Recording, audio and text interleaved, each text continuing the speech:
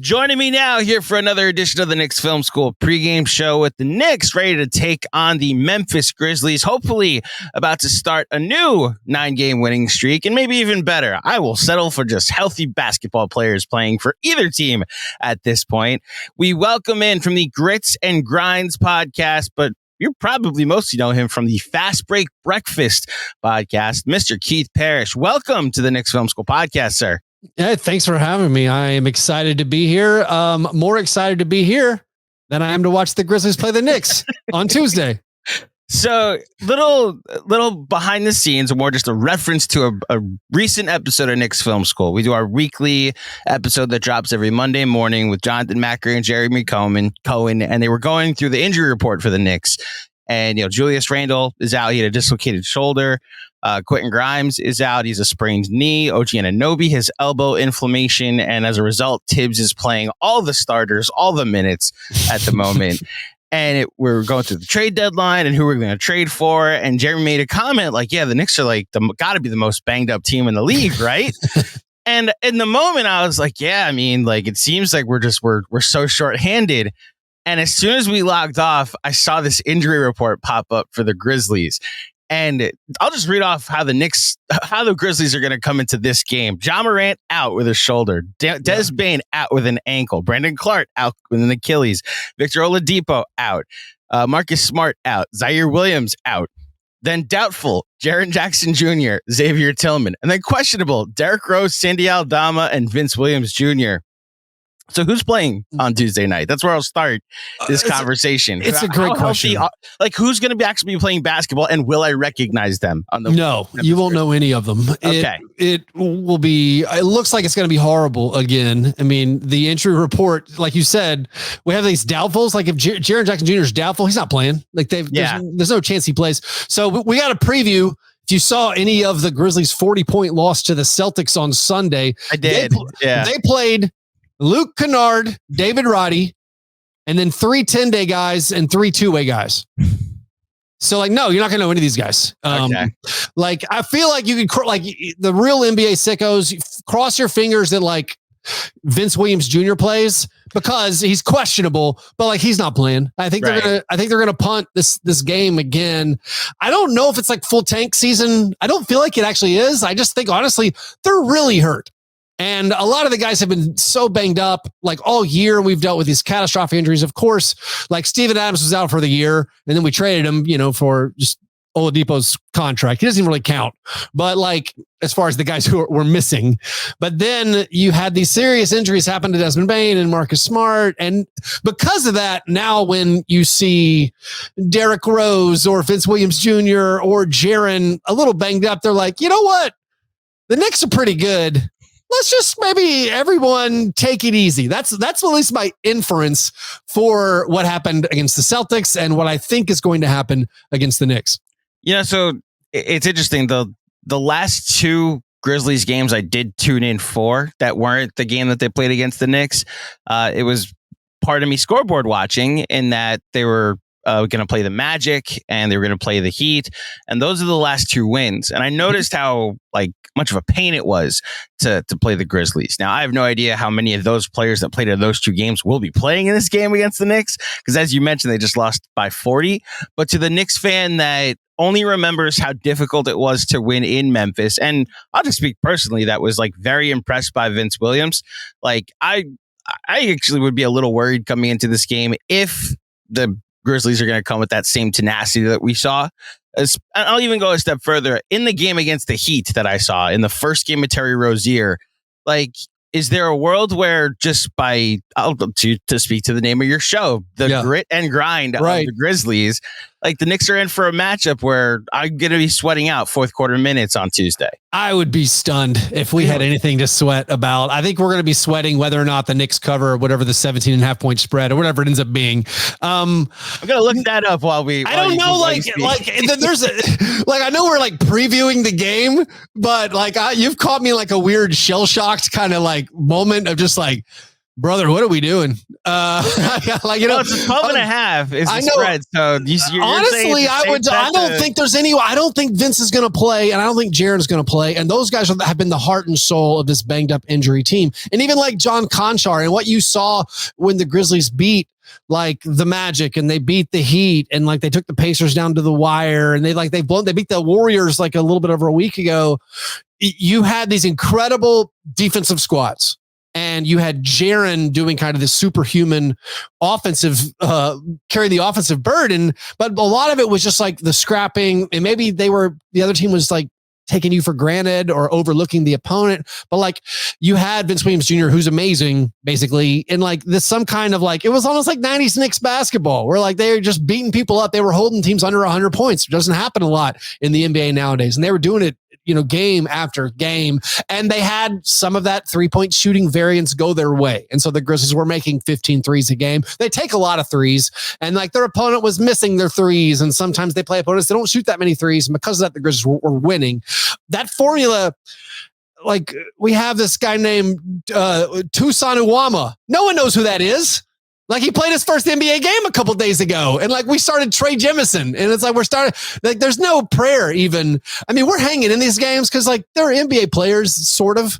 And like, yeah, we're down 2 to the Celtics halfway through the second quarter. But like eventually, no, it gets out of hand. So, I mean, I'm not saying it can't happen because weird things happen in NBA basketball games, but it's hard for me to spin the story of like, hey, you Knicks fans better watch out.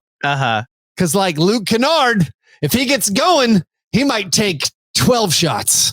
And it's like, I think the fear that if I could speak to the Knicks fans PTSD that's existed this season is, well, like just how the current version of the Knicks and how they've won games it's been somewhat fluky over the last week. And I don't want to say, like, I don't want to question the blueprint too much, but they've just been playing these lineups with no shooting whatsoever. It's been Jalen Brunson, be awesome. And then it's Dante DiVincenzo, do your best Klay Thompson impersonation. And then it's Josh Hart, Precious Chua, and Isaiah Hartenstein are the other 3 guys on the floor. So you're playing these 2 guards that are good from 3 with these 3 other players that just are not commanding any gravity or any spacing whatsoever. And for the first 3 games this week, it worked. And when you're playing a team like Charlotte that, you know, has also packed it up for the season. And then when you're playing a team like Utah that was in the last game of a road trip, and then DiVincenzo hit 9 threes. And then you have Jalen Brunson's heroics against Indiana on Thursday. It all seemed to kind of come to a head against the Lakers in the fourth quarter on Sunday, where the Lakers just said, we're going to double Jalen Brunson. And if anybody else dares that, you'll beat us. Like if Precious Achiuwa hits threes, fine, you'll beat us. If Josh Hart finally starts to hit threes, you'll beat us. And I guess I trust Taylor Jenkins enough to be like, okay, like I get my guys to play hard enough. Jalen Brunson, you're the only one that's not going to beat us. Now you're painting a picture that you're not going to be able to, he's not going to have guys to do that. There just aren't guys. I mean, okay. I don't even know what to say where it's just like, you know, a lot of fans are like, oh man, we fought hard. And it's like, I guess I'm a big believer in like every team fights hard. Except like there's rare instances of like, oh, that team gave up or like that team. I saw Charlotte quit on. Yeah. You're like that team hates their coach. Like Nick Richards, he's not having fun out there. Right. He's like, just throw me the ball once, guys. Like just throw, you know, so it's hard for me to imagine like, okay, what if the Knicks make 4 3-pointers? Like, can we do it? But even then we're talking about like, we need Scottie Pippen Jr.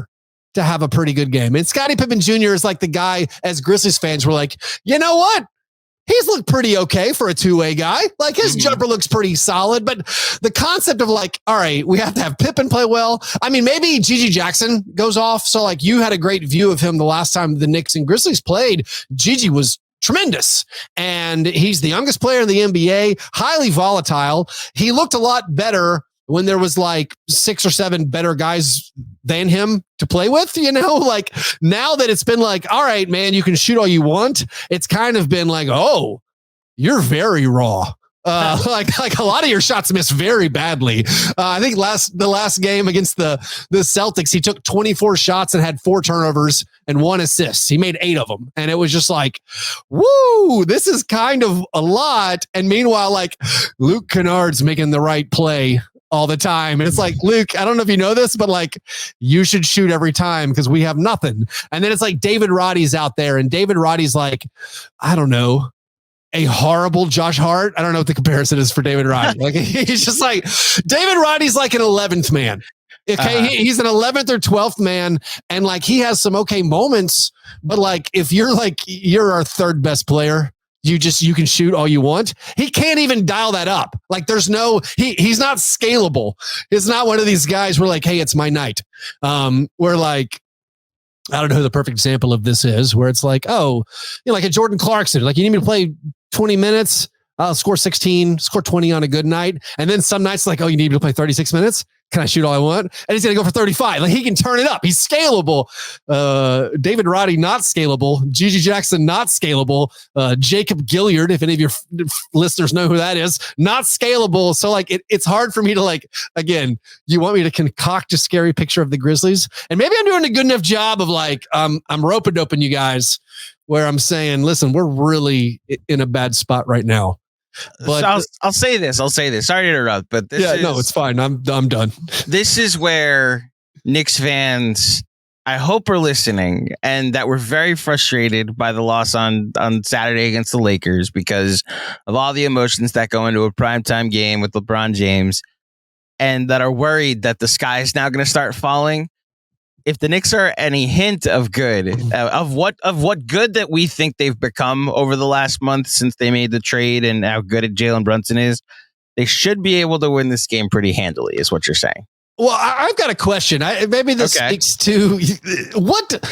I mean, I'm aware of the Knicks and their franchise's history. I read Blood in the Garden pretty recently from Chris Herring, and so like I know like that was the last time it was good. But you guys are coming off. Weren't you guys 14-2 in January? It was 14-2 in January. They were 15-3 overall since the turn of the calendar. Yeah. Okay, so you're 15-3 since the turn of the calendar. You were like plus 16 net rating last month, and you're like distraught that you lost a game to the Lakers. And it's just like, guys, like the internalized PTSD you guys have from being so terrible for so long. I mean, sympathies. But you understand it, like I get it.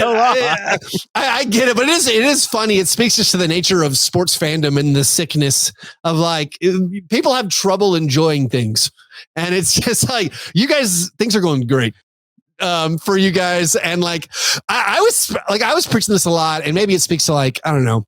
Like I'm in my 40s and I've been watching the NBA for like 3 decades, like pretty hardcore, and I feel like I have awareness as a sports fan, and this might be a thing where I'm like a small market sports fan, and none of my teams have ever done well. I don't have any titles to speak of in my sports fandom. I went to Florida State. We won a national title in football, but like my pro teams never sniffed it. The Titans made the Super Bowl once, and so it's like, anyways, I think part of that has gotten me to learn to just enjoy the games, like enjoy the fact that the season in the NBA is forever. And like, I like winning basketball games, and I like it on a Tuesday night when I win. And there's this rings culture. I don't know why I'm on this now. I know why. I don't want to talk about the Grizzlies game tomorrow. No more. I can tell. But I've gotten to the point where like, I can enjoy things to like I think there's this problem with rings culture where it's like, well, what is he going to do in the playoffs? Or can you win with a Julius Randle, Mitchell Robinson front court in the postseason if there's no spacing? It's like, guys, the Knicks have been terrible for 3 decades. Like we can just enjoy things. And like, it's also, I would say complimenting myself, like my ability to enjoy things. Like when the Grizzlies were good, like really good, like a couple of years ago, I was soaking it in. I was just telling people like, guys, we're like the 2 seed and we're crushing teams, and that might go away. And you never know when it's going to go away. And like, I was, like we struggled in the first round a couple years ago against the Timberwolves, and like we won, I think 4-2, but like 3 of the games were fourth quarter comebacks from double digits down. And people were like, man, you should feel embarrassed. You almost lost to the Timberwolves. I'm like, nope, That was my Super Bowl. Like, as long as we didn't get upset in the first round, I'm ecstatic. And so, like, it's funny to me as a sports fan where it's like, I know we just have to like love that our teams are winning and our teams are good. And it's not all about like, well, can we beat the whoever? Can we beat the Celtics in the finals? It's like, man, enjoy the ride. Enjoy the gross. Like, listen, you're going to be down by 8 in the first quarter tomorrow because someone dumb on the Grizzlies is going to make like 4 3-pointers. And you're like, honestly, you read off your injury report. I kind of forgot some of those guys were out. Like, I knew OG hadn't been playing recently, but like, all right. I feel like as a Grizzlies fan, if we actually suited up our questionable guys, like, I think we can handle Precious in the front court. Like, you know, I think Jaren can probably roam off of him and play that free safety defense that he hasn't gotten to do a lot of this year. It's basically how he won Defensive Player of the Year last year, because he got to roam off of everybody all the time and was just blocking every shot and getting a ton of steals. And like, Jaren has leveled up offensively. And so, like, you know, there's a formula out there. If like we can play just however many minutes of like Luke Kennard, John Conchar, Vince Williams, and Jaren with anybody else, we'll be fine. But going back to the top of the show, those guys aren't playing. No one's playing. It's all people where I'm like, I have to write out the names phonetically. It's like Uwama. I'm still learning. It's like, yeah, these guys, I don't think they're, I don't think you have to be on upset watch. But hey, if you win by 12 and don't cover, be happy, man. You guys are going to be 16-3 since the calendar turned. Yes. So let me start here. So the PTSD I think that it speaks of to half of the Knicks fan base is that New York is an interesting city. Sure. When it comes to how many sports teams we have, I'm in particular, I'm also a Jets fan and also a Mets fan, and I've seen what it happens when it's all of a sudden just crashes and burns. And I'm always on, you know, flight watch where you're just like ready. All right, I'm just making sure the pilot's still awake, you know? And then there's the expectations that come from the Knicks fans that are also Yankee fans and Giants fans and have titles to speak of, and that look ahead to like, well, do it in the playoffs. So what are you going to look like in quote unquote October, right? When did the Giants won like 90? Giants won in 2011 and 2000. Oh, Eli Manning. I erased Eli Manning from my memory. Oh, you can in New York. That's amazing. That gets brought up on a daily basis around us. Amazing. So, the point being, though, I think it's a mix of everything where there are expectations of wanting to be great again. And specifically to this Knicks season where it's the best I think they've looked in this Tom Thibodeau, Leon Rose era, that now that guys are hurt and now that like they had reached a point last Saturday against Miami where they had just beaten the Nuggets by like 35 and then they were going to beat Miami. And it's like, oh, this seems sustainable. This looks what a contender usually looks like. And in the same game, OG Anunoby and Julius Randle got hurt. And now we're just like, okay, can we manage through the deadline? I am happy to hear that if they just play a competent game of basketball on Tuesday, they should both win and cover against. Yeah, I think if they tie their shoelaces tight, they should be fine. I mean, just do the normal stuff. Go out there and rebound. Don't turn the basketball over. You should be fine. I mean, what you speak of also, it's like there's ebbs and flows of every NBA season, and it's like you always have these stretches where it's like, oh my goodness, over the last 15 games. We have this goes for every team. You can cherry pick them out where it's like the Grizzlies are the best 3-point shooting team over the last 15 games. And even teams that win the title, you know, like the Nuggets last year where it's like, yeah, you play great for 15, 20 games and then you don't, you know, for like 10 or 15 games, as long as the injuries don't become insurmountable. That's when like the plane crashes, as you were saying. And that's what's happening to the Grizzlies right now. This season for the Grizzlies, like the plane crashed and you talk about like games lost to injury. Like the Grizzlies are so far ahead in games lost to injury. It's just ridiculous. And that doesn't even count the 25 game suspension that Ja Morant had. Like it's games lost to injury. And then, oh, by the way, like I can't remember, I think we were 6-19 in the first 25 games when Ja Morant was suspended. So like the season started on hey, this is pretty bad. And then of course, Steven Adams found out he after playing a couple of preseason games, he wasn't going to play the whole year. So we went into the first game like, hey, this might go really badly, but we're still optimistic. And then we basically had I don't know, I don't want to be too graphic with whatever. I was just saying, whatever. Yeah, it's something bloody your nose. Let's go with just bloody nose. You got knocked in the face. I was like, no, this is going way worse than we anticipated. And then it got to a comical degree when we lost whatever it was, Desmond Bain and Marcus Smart in consecutive games, where it's like, it was Ja, Des, and Marcus in like 3 straight games where we lost them for the year, or not the year, Ja for the year. And then, Bain for however long he's supposed to return into the month, hopefully. And same with Marcus. But then it became like, okay, this is absurd now. And now we're suiting up. Now we've been granted emergency roster spots, so we're filling out we're like, hey, we can't play a game tonight unless Matthew Hurt gets signed, and so that's where we're at. So going into this trade deadline on Thursday, is there, because I'm curious just from the perspective of both the Grizzlies fan and if you have any insight into how the front office thinks about this season. But you mentioned like the season from hell that they apparently are going through with how many injuries that they've had to overcome. And I don't even know if you could say overcome, that they're just dealing with at the moment. Yeah, overcome is generous reading of the situation. Right. So like, is there even a thought is it just like stand pat at the deadline? Who's going to want guys that we have that are available? And is this really just like a full reset season where you live with whatever draft pick you get and reassess in the offseason? Or do you think they'll be active on Thursday? I think they're going to be extremely active. I don't know if they do anything, but like, I think trading Steven Adams last week was kind of getting their ducks all in a row. So they could be super active, so they could go ahead and get things set up. Like, yeah, this year is all about next season. And that's one of the things, that's the perspective that we try to share with our listeners. And also, like, I feel like the broader NBA community and like other national media members, it's a good thing to keep in mind with the Grizzlies. It's just how young they still are.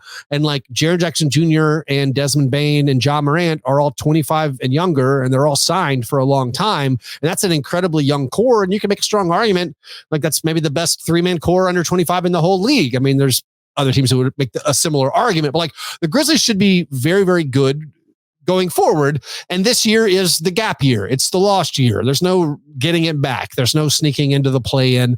And maybe it can become like this hidden, blessing that like you end up with a lottery pick you did not know you were going to get. You did not anticipate getting a top 10 pick or maybe like an 11th pick this year, and you're going to.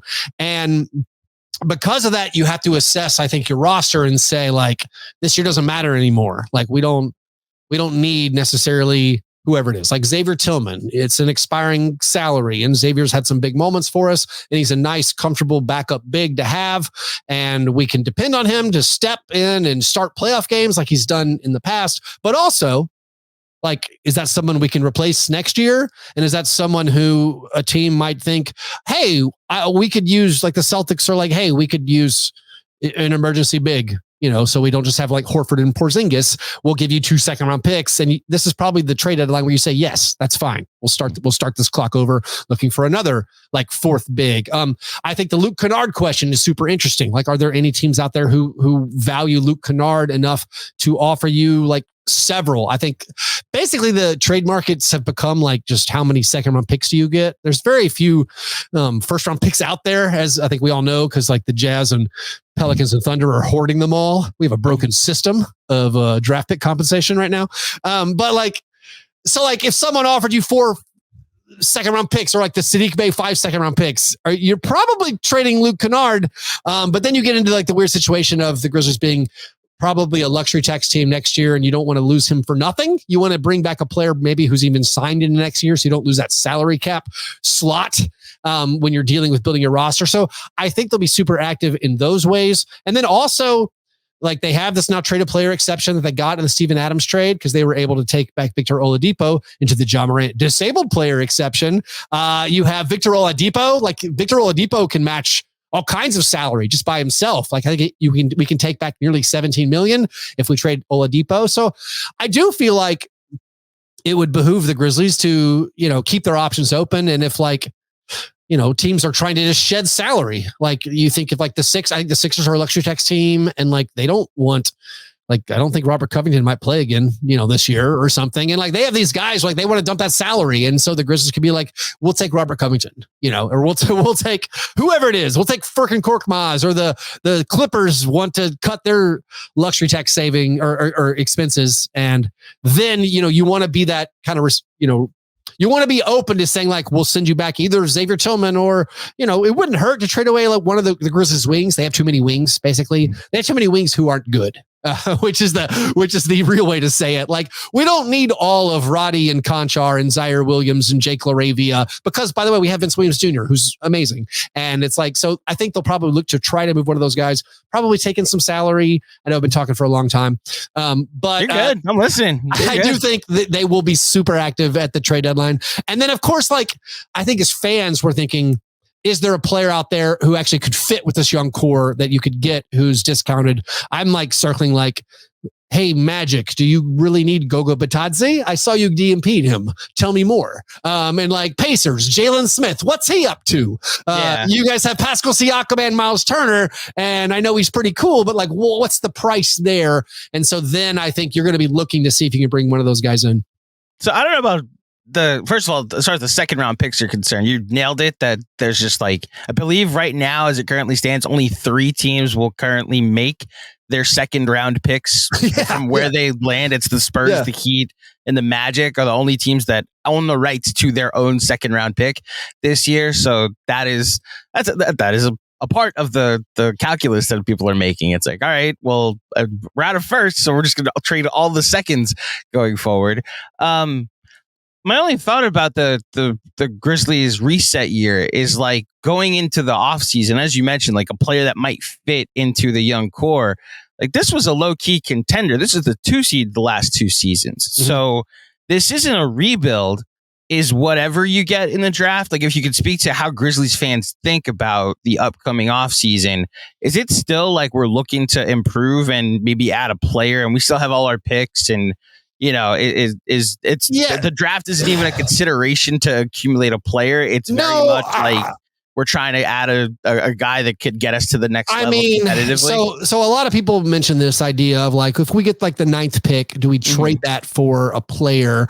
And my skepticism is like, name the last time that happened in the NBA where like you traded the 10th pick for a guy who was any good. It's not a frequent thing that occurs, like where you basically get like a proven, player who can come in and start for you. Like for the Grizzlies, you're thinking start at the 5 or maybe start at the 3. And like the players who might be available, like when we start naming real names, there aren't guys who you could get. Like it was like OG, OG was the guy who apparently the Grizzlies made, offered last trade deadline of 3 first round picks. They wanted OG Anunoby. There aren't just players available. Everyone covets the same thing, and it's everyone covets wings who can defend and who can score, ideally create their own shot a little bit. Who cares if OG doesn't do that? He does all the other stuff. And so it's like, did you want to weigh in? I'm sorry. Well, so just like one name that I was thinking of as far as the last time a lottery pick got traded for a good player, and it wasn't like part of, like, it wasn't the Anthony Davis trade, right?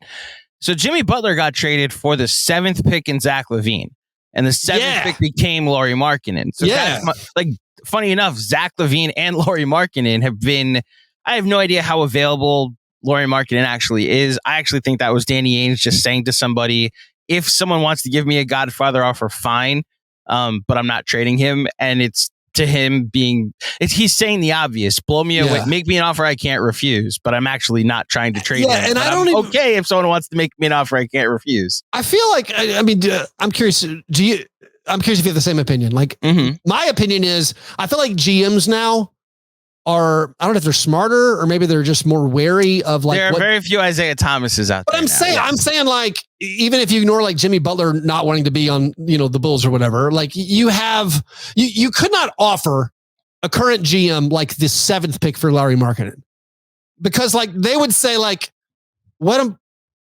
No, like Larry Markkinen is the best case scenario of the 7th pick, you know, you have to offer so much more. Like it's the whole, if I got a 7th pick, it could be anything, even Larry Markkinen. And it's I do think you could offer the 7th pick right now for Zach LaVine. I will say that. I do think he's gettable. I think you make a point there that I can't argue with that. Zach LaVine, we can have him for the 7th pick. The difference makers that would actually help the Grizzlies next year. I don't think you could. I think you could package the 7th or the 8th or the 9th pick. Also, you get stuck with whatever the new CBA, where all the owners agreed that the second apron is going to be unpalatable to everyone, and so the Grizzlies can't Zach LaVine doesn't fit. They're not trading for Zach LaVine, but you can't. Right. They couldn't trade for anybody even making $40 million.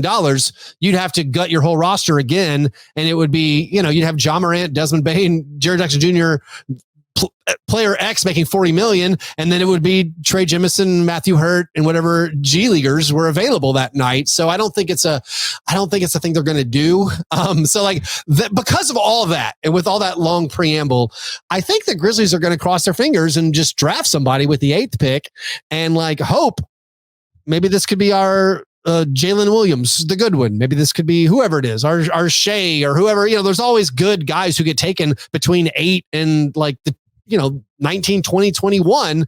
There's all these really good players like Jalen Johnson on the Hawks not too long ago. And it's I think you just draft whoever it is. You say, hey, we got lucky. We didn't think we were getting a top 10 pick this year. Hopefully that person can contribute, and they might not. And I know Grizzlies fans have PTSD over drafting Zaire Williams with the 10th pick, but just what it is. The Grizzlies have been nailing a lot of their draft picks. They've nailed a ton of their second round picks. They've missed a couple of their later first rounders. That's what happens. You just hope, I think your best chance of winning a title, if we want to go back to rings culture, your best chance of ever winning a title with John Morant as your best player.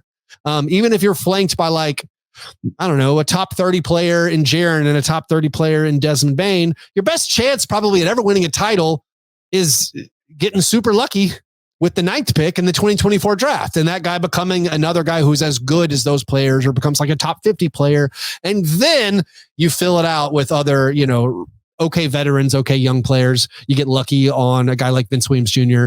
And then that's the path to contention, or even, winning a title. Not that winning a title is everything. So because of that, I think they're going to probably keep that pick just because, again, coming up with fake trades, I came up with fake trades to get I want to get Cam Johnson, I dream of Cam Johnson, and I don't think they're going to do that. I think Cam Johnson costs too much, but coming up with hey, we're going to trade and get Larry Markkinen, it just doesn't seem feasible in today's NBA. The Thunder should do that. The Thunder, in my mind, have the ammunition. You have all these picks, go get Larry Markkinen. You guys are awesome. And let me tell you, it can crumble quickly. It just takes one Shai Gilgeous suspension. And then a few more injuries, and all of a sudden you're I guess we're gonna pick 8th this year if we're lucky. Yeah. I think the other reason to argue on behalf of just keep the pick and go best player available is you mentioned the CBA. You're gonna eventually need some affordable talent, affordable salaries on your bench. The Knicks, I think, are in this place right now because they struck gold getting Jalen Brunson at the number he's at, and they got Julius Randle, another all-star, at the number he's at, and they don't have a max contract on their roster at the moment. Isaiah Hartenstein is outperforming his value. Dante DiVincenzo is outperforming his value. Josh Hart at this point looks like an overpay, but for what a role player is, it's actually probably fine for what his number is. And I'm curious to ask you for your opinion of the Knicks and what they've done this, at least since the OG Anunoby trade that the Grizzlies didn't make. We were rebuffed, Andrew. I'm just saying, I know you tried. I know we tried. I'm sorry we didn't have an Emmanuel quickly to throw in there. What was your reaction when the Knicks got Anunoby and it wasn't? When you heard what the price was a year ago that was turned down, and the Knicks didn't even have to trade a first round pick in order to make that trade work. I mean, I think my reaction at the time was like, I understood it. I understood why it seemed questionable to me that the Raptors didn't do maybe what was offered, but I'm assuming what was offered was the Grizzlies pick last year, which was a bad pick. And we're talking about, hey, you want the 25th pick twice and then a Warriors pick. Now the Warriors pick has turned out to be maybe really, really good. Like the Grizzlies traded that Warriors pick, as part of the Marcus Smart package, and whoops. Mm-hmm. Like, I kind of wish we could redo that. That has turned out very badly for the Grizzlies so far. I mean, maybe Marcus Smart will be part of next year's amazing Grizzlies team. Who knows? But my initial thought was like, all right, that makes sense that like the Raptors didn't take our bad first round picks. Again, assuming they were bad first round picks. And that just getting RJ Barrett and Emmanuel Quickley, guys who contribute, that makes sense. I felt like when you start considering like what RJ Barrett makes and what Quickley is going to make, it's like that. I don't know if that's that big of a deal, or that great of a deal. It's more of like okay. Like you could still be competitive with those guys. From the Knicks perspective, and I underestimated maybe the influence it would have. I know the season will have its crests and its falls, but like the Knicks have been so good with OG where I was like, oh, like maybe this trade was more impactful. Cause like my quick joke about it, which is basically how I interpret all NBA trades, was like, oh, well, there's a kind of a meaningless trade, where it's like, it's fun for both teams, like it's a good team got good and neither team is still better than the good teams. So it's like, yeah, that's a fine trade. As an NBA league pass watcher, I like it because it's variety. Oh, let's see what OG looks like on the Knicks. That's fun. But you guys have been so good since the trade where I'm like, oh, maybe I underestimated, OG Anunoby as a player. And I underestimated how well the Knicks would just mesh all together. Maybe I'd been a little bit lower on them. I mean, there's some part of me, maybe it's my decades of watching the Knicks where I still have like some Knicks disbelief, where it's like, we have it too. So I don't blame you for I didn't have that high. I still don't have that high of an opinion of Julius Randle as a player.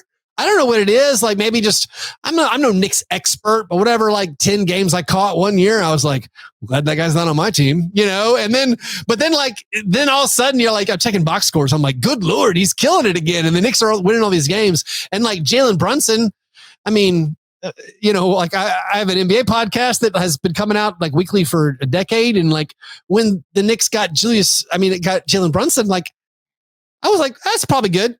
But I wasn't like, oh my goodness, what a steal. And then it turned out like, what an unbelievable steal. We were just like, shouldn't the Mavericks have signed that? I guess they thought it was too expensive. And now it's just like, what a catastrophe for Dallas. And what a great deal for the Knicks. So like, all this to say, like, maybe I underestimated the deal from the Knicks side. From the Raptor side, I was just like, yeah, it's fine, I guess. But, that's actually a great point, and something we've been hitting home the last week or so is like how this team has been built is your reaction. Like that's probably fine, and then something's like, oh, that's better than I thought it would be. Yeah. Like from Julius Randle on, it's been like, oh yeah, okay, he was okay his 1 year in New Orleans. That's a fine deal that they gave him, and then 2 years later, he's All-Star, All-NBA, Most Improved Player. And he's made 3 All-Star teams since then. The only other Nick to do that this century is Carmelo Anthony. One of the funny things too, and I think I really held this against Julius Randle for a while. So like he wins that, he won Most Improved Player. Is that right? Most Improved Player, yeah. So like everyone's like, oh, he's so much better. And I'm like, his stats are exactly the same. He's just playing 5 minutes per game more than he did when he was on the bench. So I was like, his per 36 is exactly the same. Why does that make him better? And this again, it's bad that we as podcasters try to cover the whole league sometimes. We're like, I'm no Knicks expert, but I'm like, I picked that stat, was like, it's the same player. Why is everyone so enamored with Julius Randle? But I mean, the wins speak for themselves. Where now it's like, you guys humiliated the Cavs in the postseason, and it's just like, and then this year it keeps continuing. We're like, man, like, the Knicks are good. And I do feel like sometimes we try to go back and figure out, where it's like we start drawing these conclusions of why the Knicks are good. And so like I will say they're a bit of a mystery box to me still, where it's like there's a lot of guys where I like signing Josh Hart or like the trade for Josh Hart. I'm like, yeah, Josh Hart's cool. He plays how I like, which is like limited offense, but like does everything else. Gets rebounds and just like makes plays. And I love those guys. And so like, Josh Hart for me is a winner, but there's other guys on the team where I'm like, never thought he was that good, but now the Knicks seem to be this juggernaut. It's kept you a little bit long. I don't know if you have time for one more question. Yeah, one more's great. Sure. So the Mount Rushmore of rivals that I'm hinted at, I like to ask my guest who they decide is the people they look forward to, the teams they look forward to playing on the schedule every year. We have our rivals in New York. They usually coincide with our football hate and our baseball hate. So Boston, Philly, you name it, Miami. Yeah. So I ask you, who are the 4 teams you look forward to playing the most on the Grizzlies schedule? So I feel like Philly, Boston, New York, these are like huge Eastern seaboard cities with tons of professional sports teams. Like you have this overlap of anger in like all the different leagues. Like exactly. Yes. I have to include Miami, like the Dolphins. Yeah. Oh, of course. No. Yeah. No. So, and obviously like you guys have this history of like, Pat Riley and all this stuff. Memphis doesn't have that. Okay. And I'm a Nashvilleian. I live in Nashville. I get blowback from Grizzlies fans because I don't live in Memphis because they're very particularly like, they're cool with everybody, but Nashvilleians.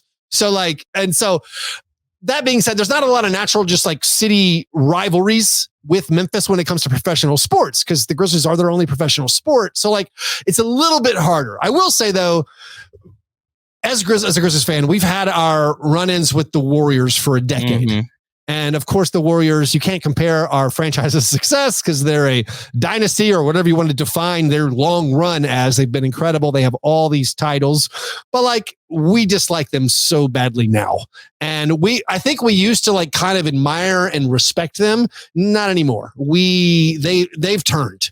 Like we despise Draymond Green. We despise Klay Thompson. We really dislike Steve Kerr. So that is a rivalry game.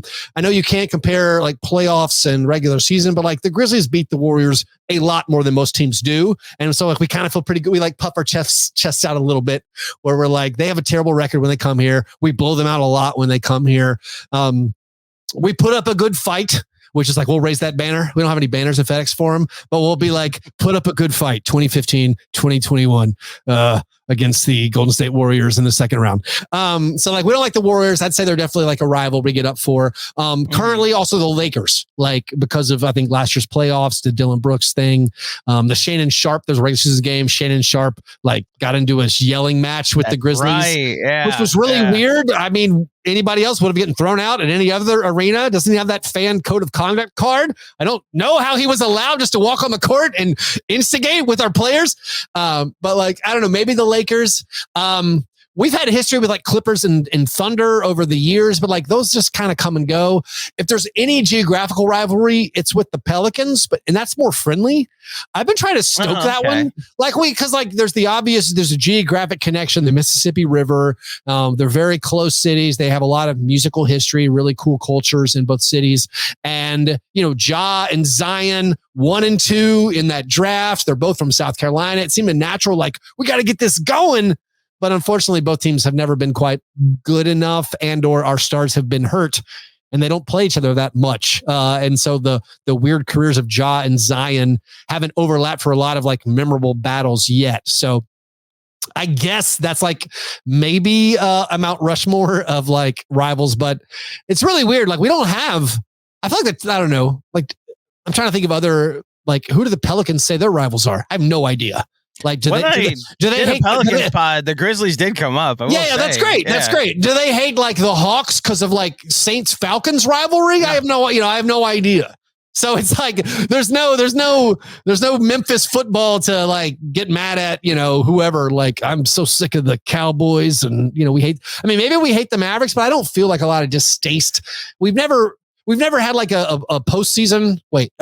Dirk destroyed us like forever ago. But so maybe a postseason battle would do that. But I would guess it would just be like Warriors, Lakers, Pelicans, and I don't know. I'm honestly at a loss for like a fourth. The playoff one I thought that you were going to mention was the Spurs, because I know the Grizzlies trip to the conference finals coincided with the Spurs taking care of them, and I think that was a sweep, right? Wasn't it like for a while the Grizzlies, like their trips, the Grizzlies also defeated the Spurs as an 8th seed. It is true.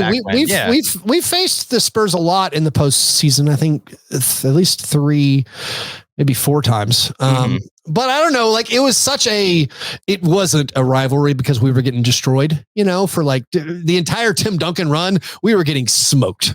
And there's a lot of teams that fall under that category. Yes, we beat them. We beat them 8-1 that one year. No one ever talks about it when discussing Tim Duncan's legacy. So we beat them that one time. But then the other times, even the conference finals, like we were a fraudulent conference finalist that year. We got some injury luck. Why did you say because Russ got hurt? Okay. Yeah, we were good. Like we were good, but like I don't know. Mm-hmm. We weren't one of the two best teams in the West. We did take the Spurs we went to overtime twice. I feel like there should be a term for this. This sweep where 2 games go to overtime. It's like it's footnotes. Yeah, the footnotes. It's kind of like like we got swept, but like we were really close 2 games. Like so like, that's how I and a lot of Lakers fans talk about the sweep against the Nuggets last year. It's like it was a sweep. Oh, they always say a very competitive. That was a competitive sweep. No one ever calls Spurs Grizzlies a competitive sweep. So I don't. That's the term we'll call it from now on. Anytime you get swept, but they're 4 competitive games, it's a competitive sweep. Yeah.